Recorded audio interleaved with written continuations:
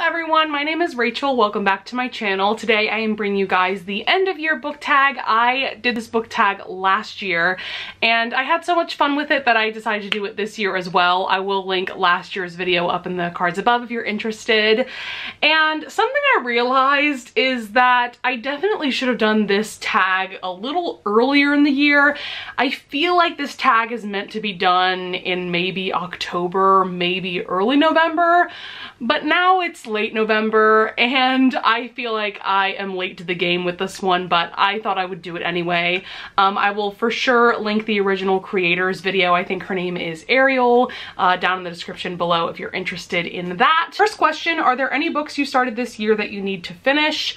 I don't really read that way. I typically just pick up books and finish them. If there's any books that I haven't finished, it's because I DNF'd it and am never planning on finishing it. So the only book that I can say for this question is my current read, which is Tools of Engagement by Tessa Bailey. My copy is downstairs and I didn't feel like getting it, but this is just a contemporary romance. It's actually book 3 in the Hot and Hammered romance series. And yeah, it's a fun time so far. I'm about 30% into it. Next question is, do you have an autumnal book to transition into the end of the year? I actually have a couple of books that I would use as an answer for this prompt. The first one is Bring Me Their Hearts by Sarah Wolf. This just gives me such strong autumnal vibes because it's a fantasy. It's set in the forest, as you can see on the cover. I mean, really any fantasy book that centers around a forest is going to give me autumnal vibes, and then similar to that would be The Hazelwood by Melissa Albert. This book basically centers around the idea of this fictional, dark, fantastical world that ends up not being so fictional, which is really interesting. And both of these books are on my November TBR, so I'm definitely planning on reading these soon. Next up we have, is there a new release you're still waiting for? And there's a few, but the main one that I am the most excited about is How the King of Elfame Learned to Hate Stories by Holly Black. This is a novella, kind of a companion novella to the Cruel Prince series, which is one of my all-time favorite YA fantasy series at this point.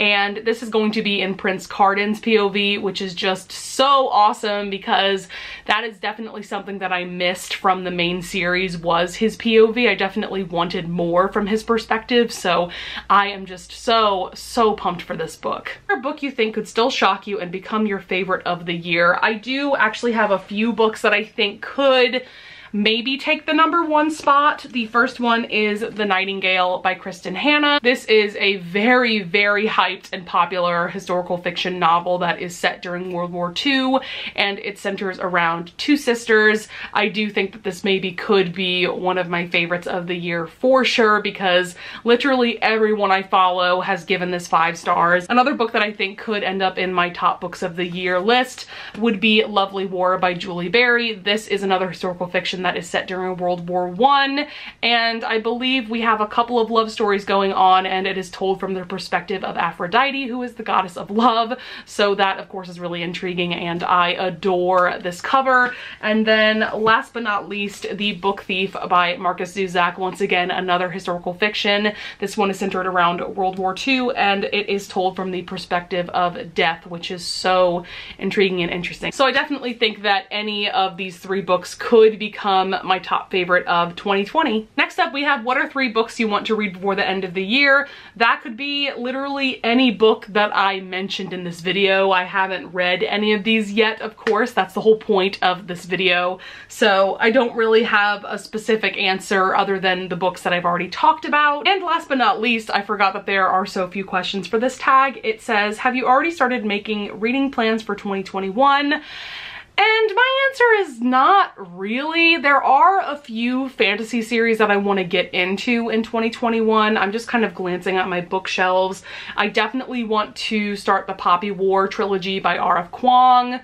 Also the Red Rising trilogy by Pierce Brown. That actually was on my 2020 TBR. But I don't think I'm going to get to that series before 2021, and that's totally fine. But yeah, other than that, I don't really have any other plans. I have definitely become more of a mood reader, especially in the later half of this year. And I do think that that is probably going to carry on into 2021. So yeah, those are really my only plans for now. I might make a separate video about my reading plans for 2021. We will just have to see. So yeah, that's actually going to be it for this video. I feel like this is going to be really short, sweet, and to the point, which I really love because most of my videos are way too long.